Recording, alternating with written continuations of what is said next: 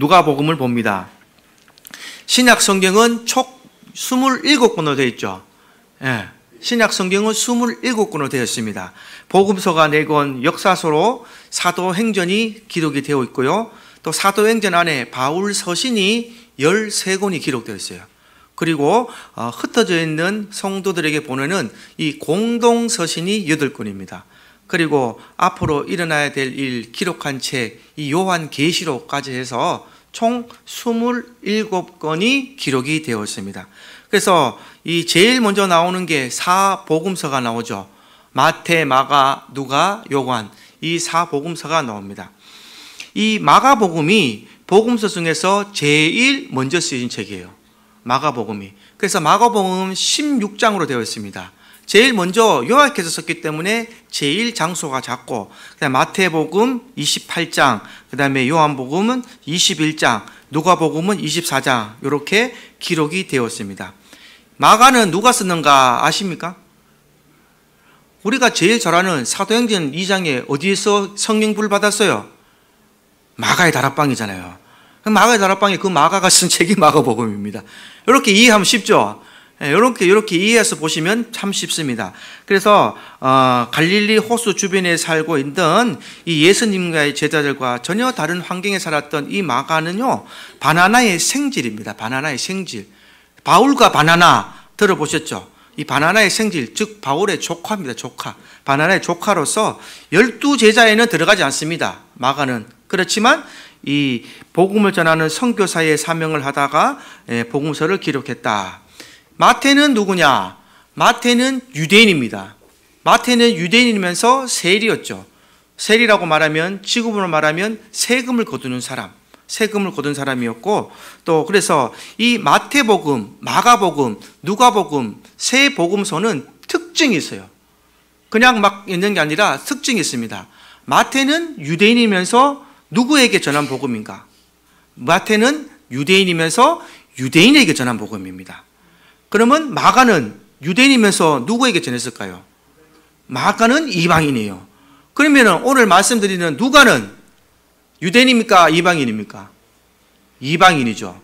이방인이면서 이방인에게 전한 복음이 누가복음이 됩니다.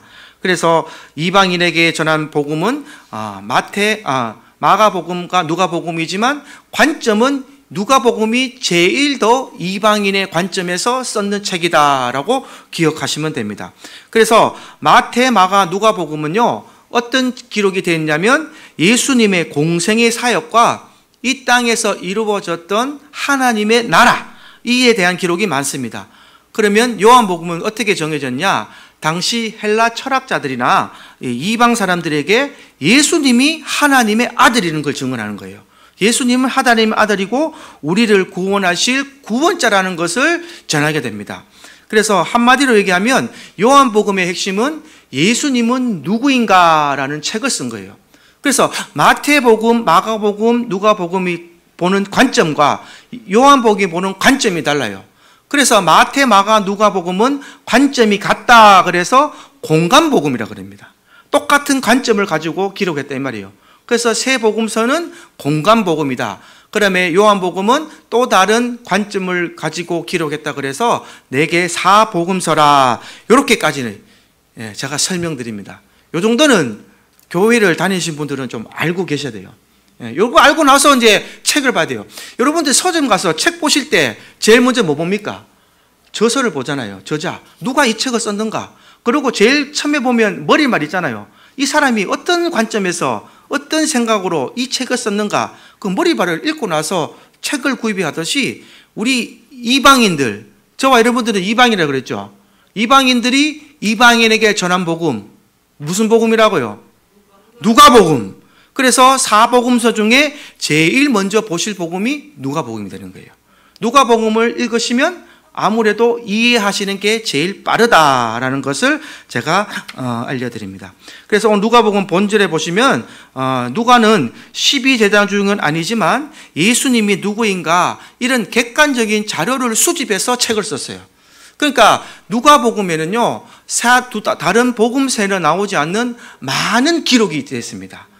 우리가 예수를 알기 위해서 유대인들은 예수라 그러면 그냥 하나의 자기들의 랍비라고 그러고 가르치는 선생이라고 알고 있지만 이방인들은 예수라 그러면 전혀 알지 못하죠. 그래서 많은 관점에서 누가는 이 자료를 수집해서 예수님이 누구인가를 기록했는데 1절부터 4절까지 말씀 보시면 이 기록 목적을 먼저 기록하고 있습니다. 1절부터 4절 한번 천천히 한번 읽어보겠습니다. 시작.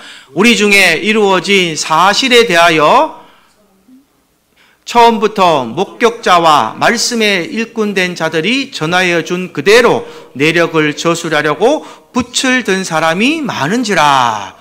그 모든 일을 근원부터 자세히 미루어 살핀 나도 데오빌라 각하에게 차례대로 써보는 것이 좋은 줄 알았노니 이는 각하가 알고 있는 바를 더 확실하게 하려 함이라. 아멘. 왜 역사가라고 하냐면요, 1장 1절 다시 한번 보세요. 우리 중에 이루어진 사실에 대하여.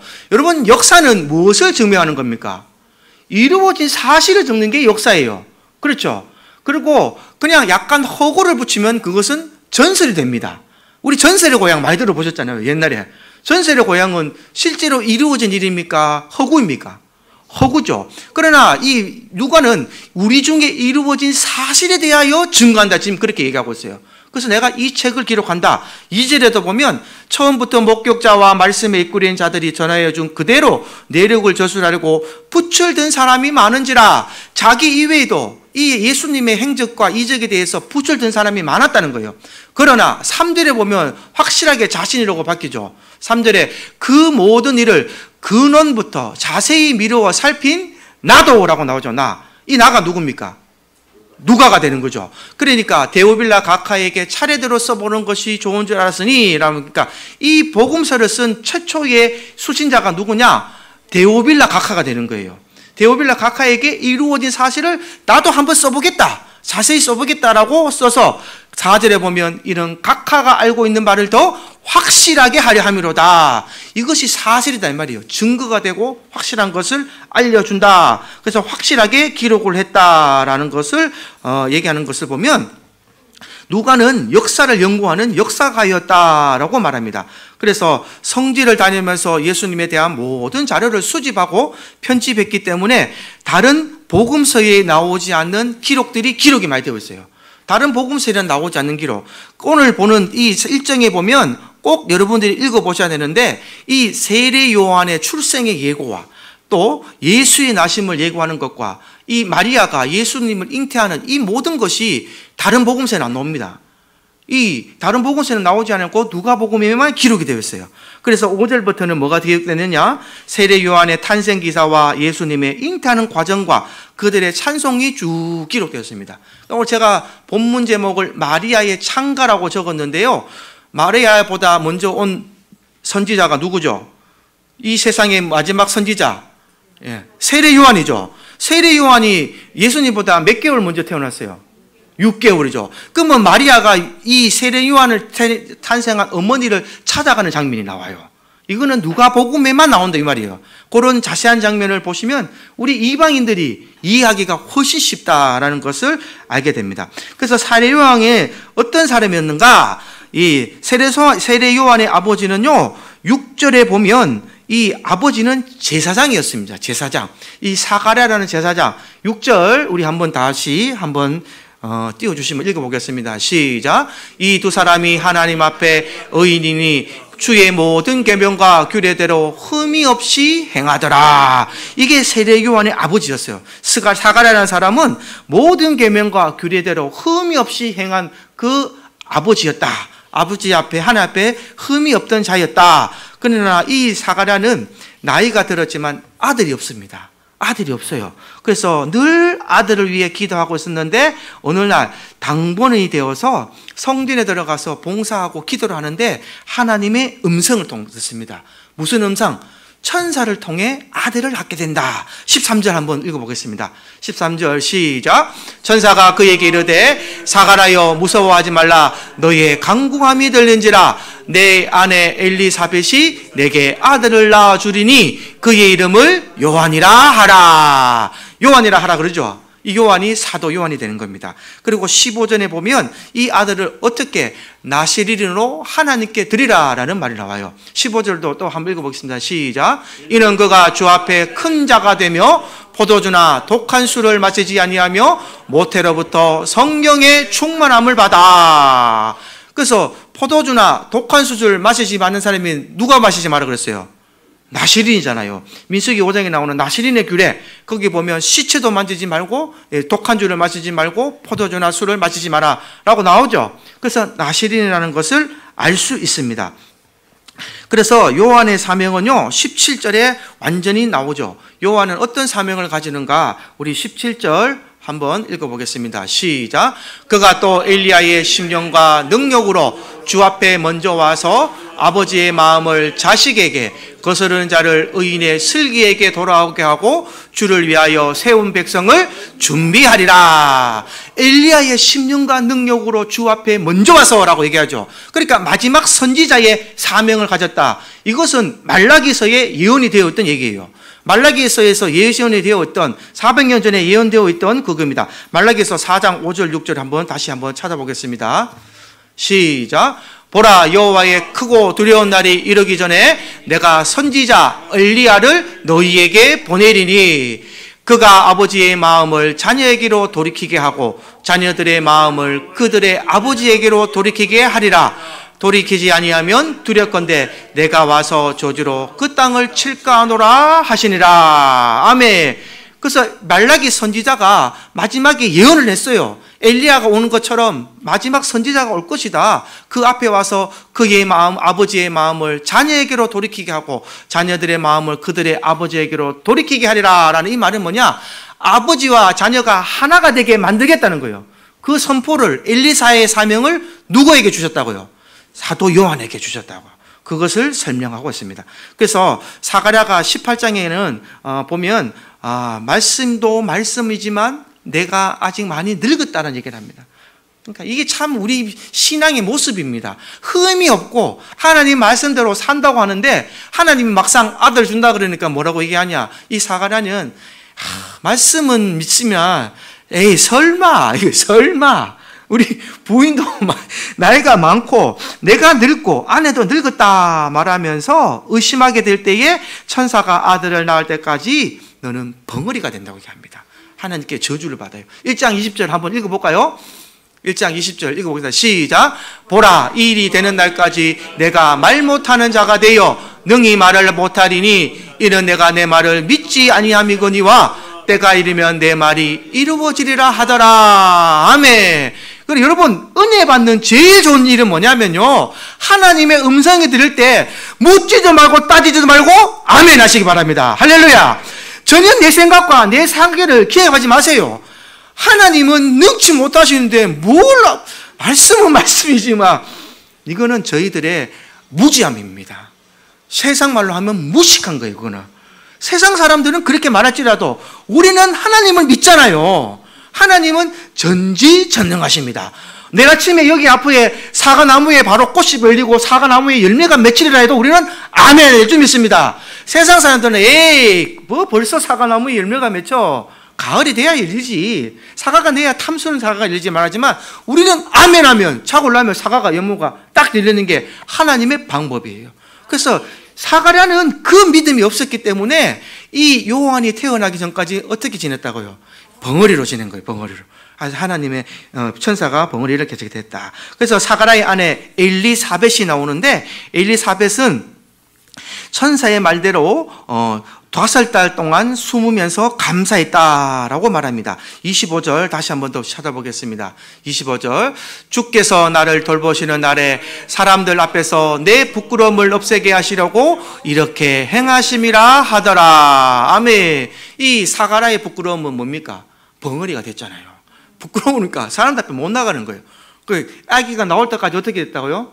은둔 생활을 했다는 겁니다. 이렇게 엘리사벳은 노년의 아들을 가졌기 때문에 드러내놓고 자랑하기보다는 하나님께 감사하는 삶을 살았다. 그리고 경건하고 말씀에 흠이 없던 두 사람에게 세례 요한을 주심으로 예수님의 길을 예배하는 사명을 감당했다. 그래서 누가는요, 세례 요한이 잉태될 때 또 하나 덧붙이는데 무엇을 덧붙이는가? 예수님도 잉태되었다는 사실을 덧붙이게 됩니다. 이런 내용이 누가복음에만 기록이 되었습니다. 26절에 제가 한번 읽어드리면 엘리사벳이 아기를 가진 지 6개월쯤 되었을 때에 나옵니다. 가브리엘 천사가 마리아가 예수님을 잉태하게 될 것을 전했다라는 기록이 있어요. 그래서 세례 요한은 예수님보다 6개월 먼저 태어났다는 것을 알 수가 있는 것입니다. 그래서 30절에 보면 이렇게 얘기합니다. 마리아에게 나타나셔서 천사가 이르되 마리아여 무서워하지 말라 내가 하나님께 은혜를 입었느니라. 지금 여러분 되게 쉽게 생각하시죠? 처녀가 애뱉습니다. 우리나라 말에 속담에 이런 말 있죠. 처녀가 애뱉어도 다 이유가 있다 이런 말 하죠. 제가 곰곰이 이 말씀을 읽고 한번 생각을 해봤어요. 야, 내가 마리아라면 정말 좋았을까요? 그 삶이? 힘들었을 것 같아요. 그 첫째 견디기 힘들었던 게 사람들의 시선.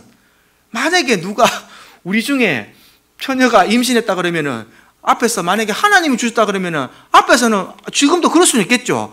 아이고 하나님이 성령으로 잉태하게 해주셨네 할 수는 있겠죠. 뒤에 가면 뭐라 쑥덕댈까요? 저 남자 누굴까? 저 분명히 뭔 짓 했기 때문에 그렇게 안 하겠습니까 여러분? 누구라도 그렇게 하기는 쉬운 거예요. 그죠? 누가 당장 마리아가 임신했다고 해서 처녀가 임신했는데 거기에 대고 아이고 성령님이 와서 잉태해서 정말 처녀가 잉태했군요. 아이고 영광스럽습니까? 할렐루야 이렇게 하시겠습니까? 뒤에서 쑥덕쑥덕 하겠습니까? 저는 후자가 더 강하지 않겠냐라는 생각을 합니다. 근데 하나님은 마리아를 미리 아시고 그 믿음을 보고 선택하셨다는 거예요. 이 마리아의 신앙이 그래도 좋다는 겁니다. 이 하나님을 믿는 믿음이 아주 하나님 보시기에 좋으니까 하나님께서 마리아를 선택하셨다는 거예요. 그래서 그 아들을 낳게 되면 이름을 예수라 하라. 이름까지 지어주셨습니다. 예수의 이름은 뭐냐? 여호와는 구원이시다 이 뜻이거든요. 그래서 여호와는 구원이시다. 그래서 이 예수를 통해 죄인들을 구원하시는 것을 가르쳐 줍니다. 그래서 이 예수가 하나님께서 약속하신 메시아라는 것을 말씀하시는데 32절 말씀해 보면 그가 큰 자가 되고 지극히 높으신 이의 아들이라 일컬을 것이요 주 하나님께서 그 조상 다윗의 왕위를 그에게 주시리니 영원히 야곱의 집을 왕으로 다스릴 것이며 그 나라가 무궁하리라. 이런 예언을 하게 되는 거예요. 그러니까 마리아가 잉태한 사람이 보통 사람이 아닙니다. 어떤 사람이냐? 야곱의 지극히 높으신 이의 아들이다 일컬음을 받는 자라라는 것을 예언을 하게 됩니다. 그래서 마리아는 이 말을 했을 때에 알아듣고 또 천사는 말합니다. 하나님의 방법대로 아들을 낳을 것이다. 35절 우리 다 같이 한 번 더 읽어보겠습니다. 35절 시작. 천사가 대답하여 이르되 성령이 내게 임하시고 지극히 높으신 이의 능력이 너를 덮으시리니 이러므로 나실 바 거룩한 이는 하나님의 아들이라 일컬어지리라. 아멘.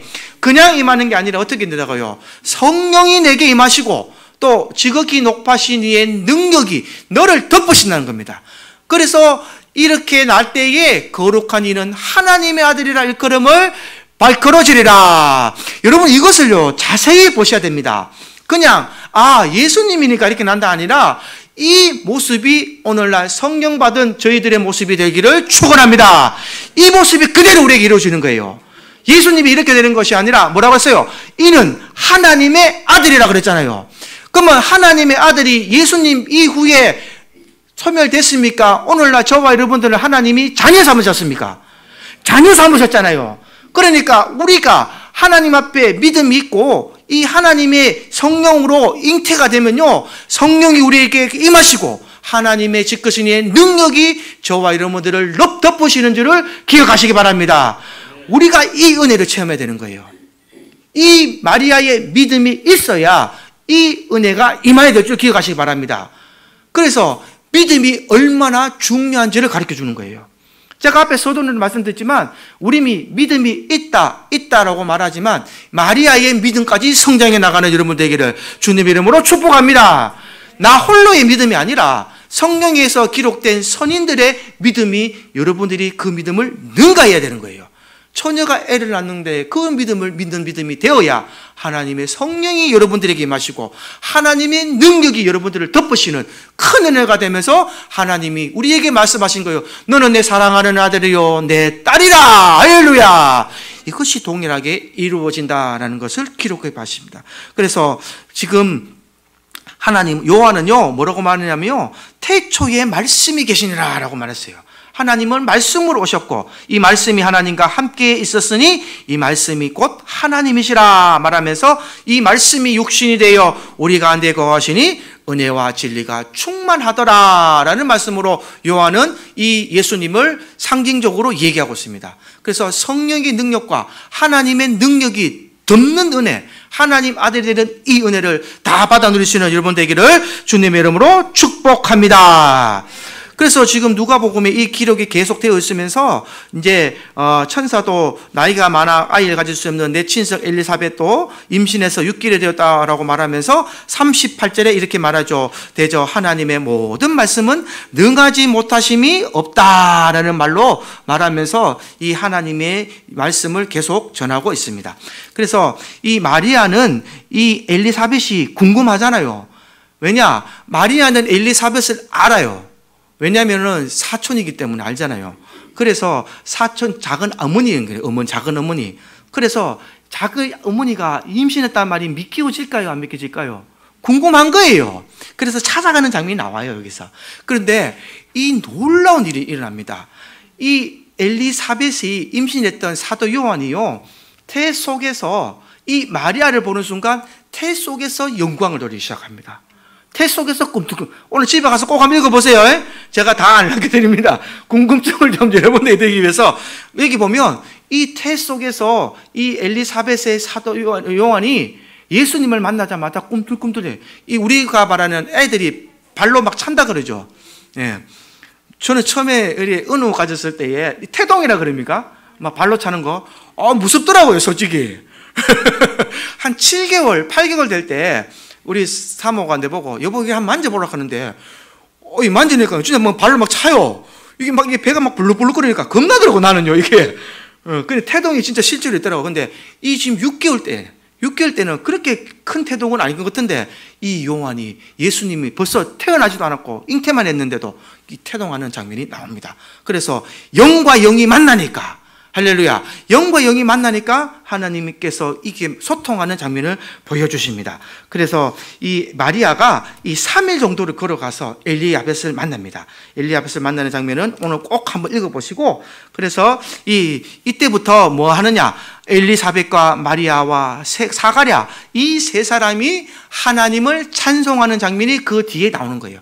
그래서 제일 먼저 엘리사벳이 먼저 하나님을 찬송하고 그 다음에 그 이후로 오늘 읽었던 말씀은 마리아의 담가, 창가가 올리고 난 뒤에 마지막에 사가랴의 창가가 나옵니다. 그래서 세 사람의 창가가 누가복음에 이어지는데 42절, 43절에는 엘리사벳의 찬양부터 이어지게 되는 거죠. 엘리사벳은 큰 소리로 불러 이르되 여자 중에 내가 복이 있으며 내 태중의 아기도 복이 있도다. 내 주의 어머니가 내게 나오니 어찌된 일인가. 순종하는 어머니와 복중에 있는 예수님이 복이 있다라는 말로 얘기합니다. 그리고 45절에 주께서 하신 말씀이 반드시 이루어지리라고 믿은 그 여자에게 복이 있도다라는 말로 이 마리아를 축복하는 얘기를 해요. 마리아를 복을 있는 얘기를 합니다. 그래서 너는 최고의 복, 행복한 사람이 되었다라는 것을 가르쳐주고 난 후에 이제 오늘 46절에서 55절 말씀은 뭐냐? 마리아의 창가가 됩니다. 그래서 오늘 마리아의 창가의 내용을 다시 한 번 더 살펴보기를 원합니다. 46절부터 보시면 마리아가 하나님의 은혜를 찬송하죠. 46절에 마리아가 이르되 내 영혼이 주를 찬양하며 내 마음이 하나님 내 구주를 기뻐하였음은 라고 얘기하면서 뭐라고 얘기하면요, 48절 우리 다 같이 한번 합독으로 다시 한번 읽어보겠습니다. 시작. 그의 여종의 비천함을 돌보셨습니다. 보라 이제 후로는 만세의 날을 복이 있다 일컬음이로다. 아멘. 이 마리아가 대단한 여자입니다, 여러분. 마리아가 보라 이제 후로는 만세의 날을 복이 있다 일컬음이로다. 이 말은 뭐냐면요, 지금 현재 상황은 마리아가 힘들다는 거예요. 아까 제가 말씀드렸다시피 처녀가 애를 뱄다니까요. 얼마나 많은 시련과 고난과 자기를 의심하는 소리와 그 핍박을 견뎠겠습니까? 너는 분명히 뭘 했을 것이다. 어떻게 그냥 임신할 수 있느냐. 이런 거 성경에 기록되어 있지 않지만 아마 그 마리아의 삶은 아주 힘들었을 겁니다. 그러나 그 자체로는 천사와 함께하고 그 음성을 들었기 때문에 뛰어가고 나는 하나님의 뜻대로 이 나의 비천함을 보시고 보잘것 없는 내게 이 사명을 주셔서 감사합니다. 내가 이 아이를 낳고 난 후에는 만세의 사람들이 나를 복이 있다 일컬음이라는 것을 바라봤다는 거예요. 이 영안이 여러분들에게도 열리시기를 주님의 이름으로 축복합니다. 하나님의 자녀가 되고 하나님의 딸이 되면요, 당장에 뭔가 큰 복이 막 오고 하나님 일이 하다 보면 뭔가 잘 될 것 같지만 성경은 그렇게 기록하지 않습니다. 이 땅에 살 동안 힘들 수도 있고 비천할 수도 있고 시험이 있을 수도 있고 고난도 반드시 따른다고 얘기를 합니다. 그러나 우리가 그 시련과 고난을 견디고 이기고 나갈 수 있는 큰 비결은 뭐냐? 우리는 그들이 알 수 없는 먼 곳을 바라볼 수 있는 영안이 있다는 사실입니다. 저와 여러분들의 이 삶의 끝에는 무엇이 있느냐? 영생이 있다는 것을 바라보는 거예요. 그것을 바라볼 수 있기 때문에 이 지금 당하는 내 시련과 고난과 핍박을 견딜 수 있는 것입니다. 마리아도 그걸 바라본 거예요. 내가 지금은 이렇게 어렵고 힘들지만 나를 후세에는 복 있는 여자로 볼 것이다 라고 얘기하는 겁니다. 얼마나 이 마리아의 영안이 뛰어난가라는 것을 알 수가 있습니다. 그래서 지금 모든 사람들, 지금도 세계의 모든 사람들은 마리아를 모르는 사람이 없잖아요. 예수님의 어머니라는 사실을 다 압니다. 천주교인이 아니라 기독교인이 아니라 그냥 세상의 모든 사람들도 이 마리아라는 이름을 기억하고 있다는 것입니다. 그래서 예수님을 아는 사람이든 모르는 사람이든 이 마리아의 이름을 일컫게 되는 거예요. 마리아는 카톨릭에서는 잘못 쓰이고 있는지 모르겠지만 이 성경적으로 볼 때는요, 마리아는 하나님의 긍휼하심이 대대로 미치게 될 것이라고 하면서 하나님이 약한 자를 통해 일하시는 그 하나님을 찬송하는 것을 바라봤다는 것입니다. 여러분들이 지금 약하다고 생각하십니까? 나는 힘이 없다고 생각하십니까? 그러면 그것에 감사하시기 바랍니다. 하나님께서는 약한 자를 들어주시고 비천한 자를 긍휼히 여기시고 힘이 없는 자를 들어쓰신 것이 하나님의 방법이 되는 겁니다. 왜냐? 그렇게 해야 하나님의 영광이 나타나기 때문입니다. 50절에도 보면 긍휼하심이 두려운 자에게 대대로 이르는도다 라고 마리아의 찬가가 이어집니다.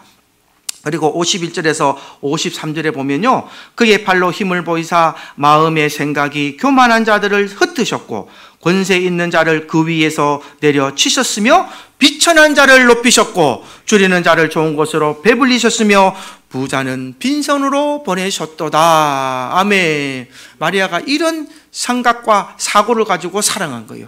하나님의 살아계심을 느꼈으면서 이 하나님의 모든 주권과 하나님의 일하시는 것을 제대로 깨달은 자라 이 말이에요. 하나님은 어떤 사람이냐? 마음이 생각이 교만한 자를 흩으시는 분이시다 이 말을 합니다. 그리고 권세 있는 자들을 그 위에서 내려치시고 그 다음에 비천한 자를 높이시는 하나님, 그리고 줄이는 자는 좋은 것으로 배불리시는 하나님, 부자는 빈손으로 보시는 이 하나님을 찬양하는 것이 마리아의 오늘 찬가의 제목이 됩니다. 오늘날 저와 여러분들도 이 하나님의 일하심을 기억하시고 이런 마리아의 고백이 여러분들의 고백이 되시고 또 하나님의 주권을 노래하시는 여러분들 되기를 주님의 이름으로 축복합니다. 그래서 마리아는 이런 부분이 누가복음에만 나오고 누가복음에서 마리아의 이런 주권에 대해서 하나님을 찬양한 것이 얘기를 하게 됩니다. 그래서 기한이 되고 이제 세례 요한이 태어나고 세 번째로 요한의 아버지 사가랴가 하나님께서 행하시는 구원의 계획을 찬양하는 내용이 뒤에다 기록이 되었습니다. 그래서 이것을 오늘 집에 가서 꼭 읽어보시고요. 오늘 누가복음 1장을 통하여서 전하고 싶은 말씀이 뭐냐? 하나님께서는 이렇게 믿음 있는 일꾼들을 사용하신다는 것입니다. 그리고 말씀대로 성실하게 살아가는 사명들에게 사명을 주시고 그 사명 감당할 때에 기쁨으로 찬송하는 삶을 살게 하신다라는 것을 깨달으시기 바랍니다. 성도의 삶이 대단한 것이 아닙니다. 하나님 말씀대로 순종해서 살고 하나님 말씀이 내 속에 들어오면 그것을 깨달아서 내 이전에 가지고 있던 내 성품과 인격이 예수 보혈의 피로 녹아 없어지고 하나님의 영이 내 속에 들어오면 나는 변화가 돼야 되는 거예요. 예수의 영혼의 모습으로 변화가 되고 그 영혼 속에 변화가 된 그 은혜로 말미암아 하나님의 은혜를 생각할 때에 내 삶은 늘 감사의 삶으로 이어져야 되는 것입니다.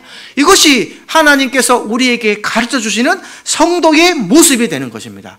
감사의 모습의 성도가 이어질 때에 하나님께서 하늘 보좌에서 바라보고 계시면서 너는 정짜 나의 사랑하는 아들이요 나의 사랑하는 딸이다 라고 인정하시면서 성령이 우리를 덮으시고 하나님의 능력이 우리를 덮으시는 놀라운 하나님의 능력이 우리에게 임하시는 줄을 기억하시기 바랍니다.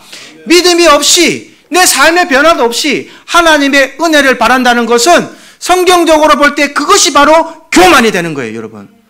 하나님 앞에 은혜를 바란다는 것, 하나님 앞에 믿음이 있다는 것은 내가 먼저 하나님 앞에 내 삶의 모습으로 보여드려야만 그것이 하나님의 능력이 임하여진다는 것을 기억하시기 바랍니다. 그러면 우리 하나님께서 우리를 비천한 자라 여기시고 힘이 없는 자로 여기시고 우리를 높여주시고 우리에게 우리 손과 발을 통하여서 하나님의 놀라우신 능력을 행하실 때가 온다라는 것을 기억하시기 바랍니다. 헛된 것을 꿈꾸지 마시고 눈에 바라는 것만 바라지 마시고 눈에 보이지 않는 이상과 영생을 기억하시면서 오늘 저와 여러분들의 삶이 오늘 하나님께서 우리에게 모든 눈으로 바라보고 계신다라는 것을 기억하시기 바랍니다. 역대하 16장 9절 우리 다 같이 한번 합독해서 읽어보고 말씀을 맺겠습니다. 시작. 온 땅을 두루 감찰하사 전심으로 자기에게 행하는 자들을 위하여 능력을 베푸시나니 이런 왕이 망령되이 행하였은즉 이후부터는 왕에게 전쟁이 있으리다 하매. 아멘. 하나님의 능력이 언제 나타나는지 보세요. 여호와의 눈은 온 땅을 두루 감찰하사 전심으로 자기에게 행하는 자들을 위하여 능력을 베푸시나니. 할렐루야. 이 말씀 오늘 꼭 기억하시기 바랍니다. 하나님께 능력 받고 싶으십니까? 하나님의 은사가 여러분들을 덮으시길 원하십니까? 그러면 오늘 이 시간 이후로부터 여러분들의 삶을 바꾸시기 바랍니다. 여러분들의 믿음을 바꾸시길 바랍니다. 그냥 이대로 했던 이전의 이 모습과 믿음을 단호히 털어버리시고 성경이 가르치는 그 믿음대로, 마리아가 믿었던 그 믿음대로 예수 그리스도께서 우리에게 행하신 그 기적과 이사가 바로 내 믿음이 되시고 하나님께서 우리를 지금도 두루 살피신다는 것을 기억하셔서 내 옆에 하나님이 계신 것처럼 내 말 한마디, 행동 하나하나, 내 모습 하나, 내 삶의 하나를 하나님께 온전히 드리면서 하나님과 항상 동행하시고 하나님의 능력이 여러분들을 덮으시는 삶의 모습으로 계속 이어져 나가시기를 주님의 이름으로 축복합니다. 찬송가 88장 찬송 드리겠습니다.